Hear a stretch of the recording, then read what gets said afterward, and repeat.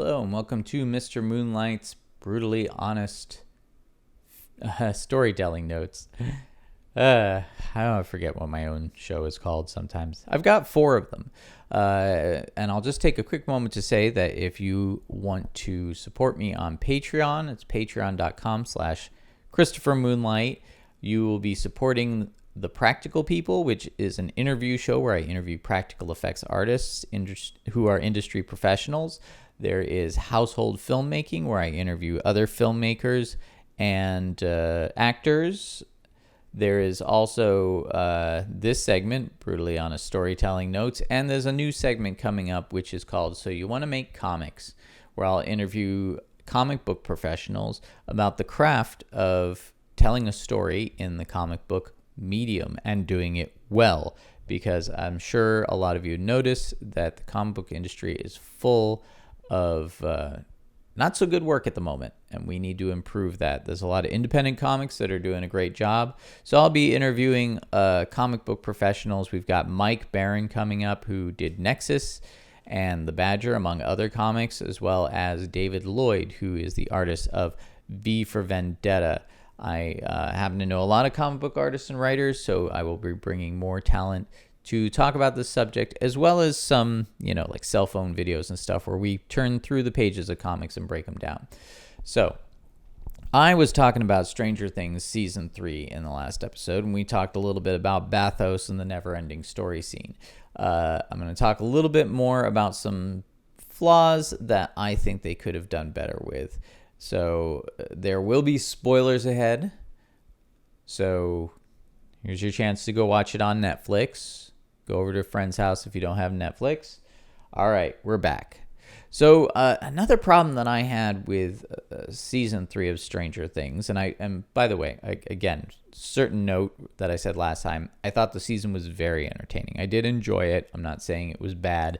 So don't jump all over me for that. I enjoyed Stranger Things Season 3. But I had a little bit of problem with the bathos, and I had a little bit of problem with the character development, especially the antagonists of the show. Now, certain people have pointed out that the characters overall took a little bit of a step back, in that a lot of the male characters kind of regressed to hot-headed, bumbling idiots to progress the story. I see this happening a lot. I don't think it was so bad with the boyfriend-girlfriend relationships. I thought it worked rather well, because teenage boys are going to be teenage boys, and I thought that they kind of nailed the kind of obliviousness that they can have to their girlfriends, and the way the girlfriends reacted was cute as well, because they didn't just turn out to be perfect. They kind of made their own assumptions and blunders, which just kind of made things worse. Hopper, the sheriff, the chief of police, he took a little bit of a step back, but his interactions with Winona Ryder's character, Joyce, I'm terrible at remembering names of characters, was very funny. So, and he, he did have some good moments. So overall, not too bad. I think, they could have spent a little more time shoring that up. But I did have a problem with how the antagonists, like I said, were handled. They were very one-dimensional. The two I'm going to refer to are the staff of the newspaper that Nancy worked for, and the Russians. I'll start off with the staff of the newspaper.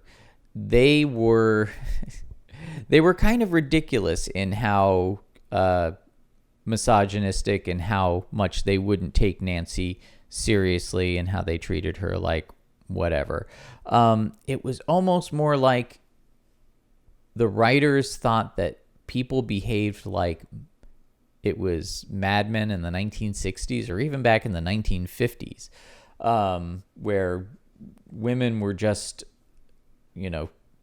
not to be taken seriously at all, and laughed at and disrespected.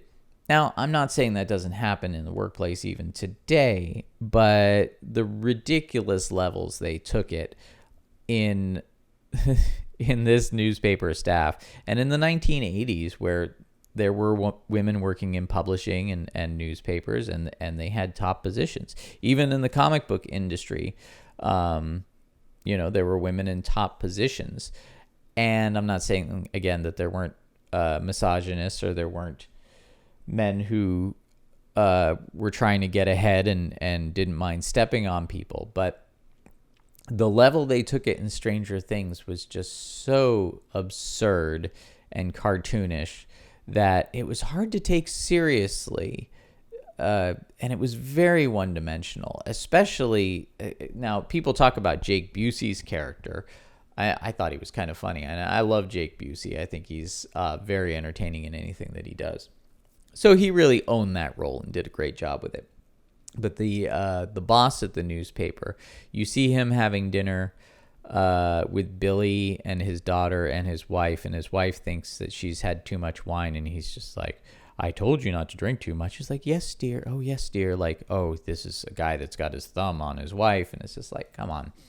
This is kind of lazy writing when you make the people you want your audience to hate, you make them so ridiculously, I don't want to say evil, but you just, like, every moment they have on screen, they do something a-hole.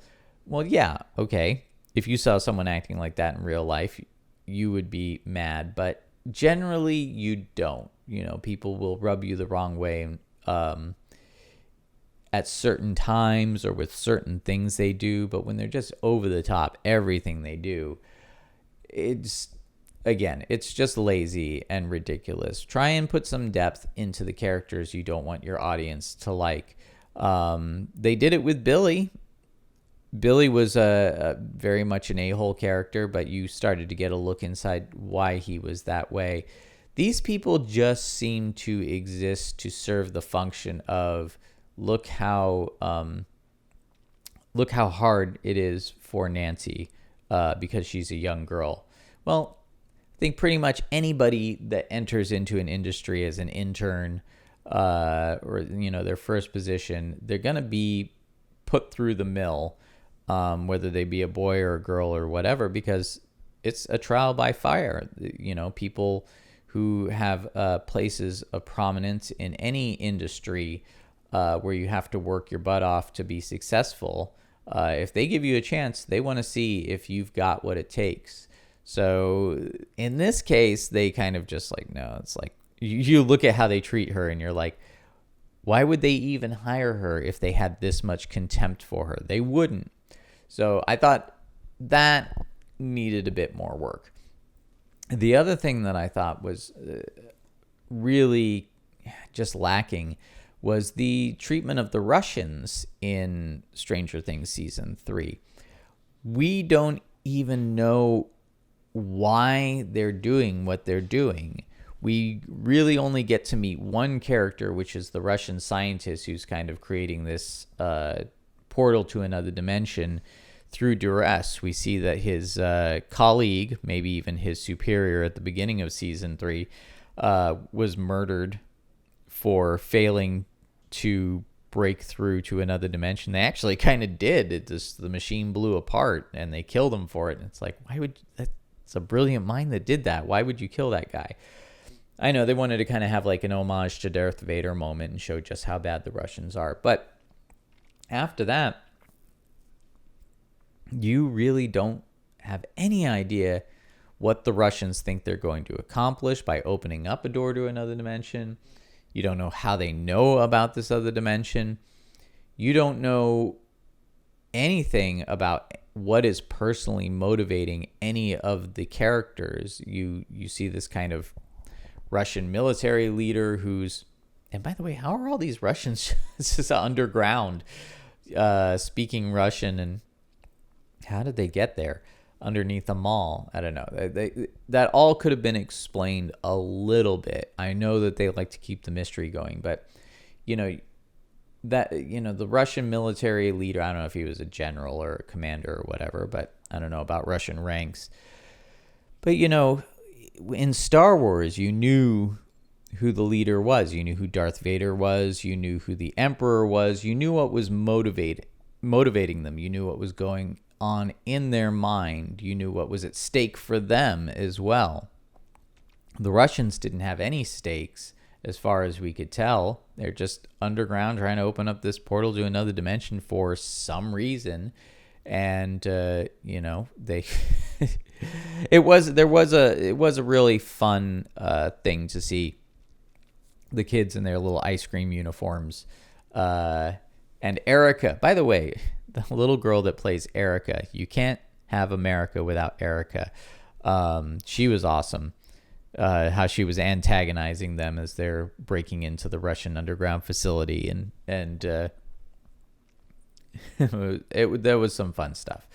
But yeah, I really think that these antagonists needed more depth.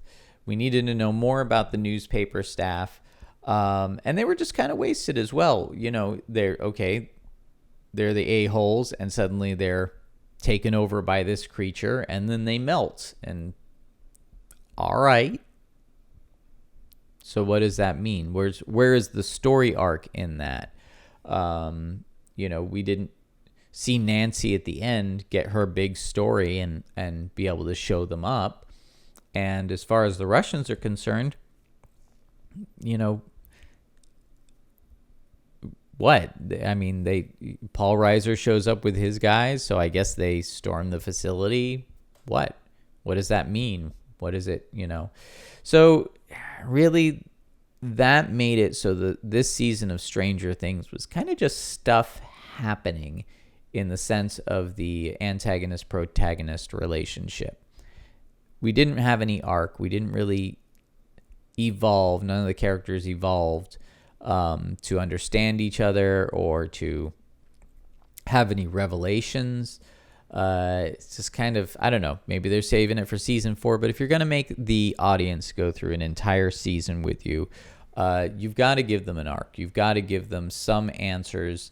And if those answers just open up more questions, then fine. But I had a big problem with that. And I think it's something to think about when you're writing your story. So anyway, I think that's about it on that subject. I could go on. Tell me what you think in the description.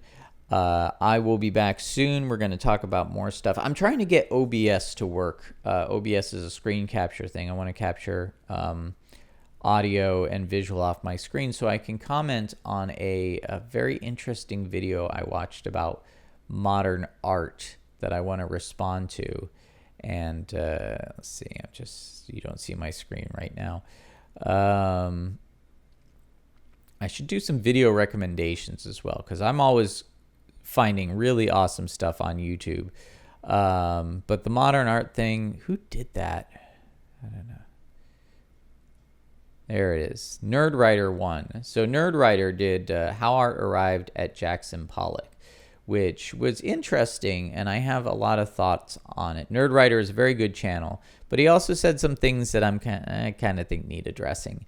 So I also want to talk a little bit about how visual effects artists are starting to use deep fake in their work, which is something that I've wanted to do for a while. So anyway, thank you for listening. Come back. We're going to have more very soon. We being me, the royal we. So please check out my Patreon. Again, patreon.com/ChristopherMoonlight. I've got interviews coming up with comic book professionals, actors, filmmakers. I'm finished with my move. I'm back. Let's talk about creating wonderful stories. Thanks very much. Have a great day.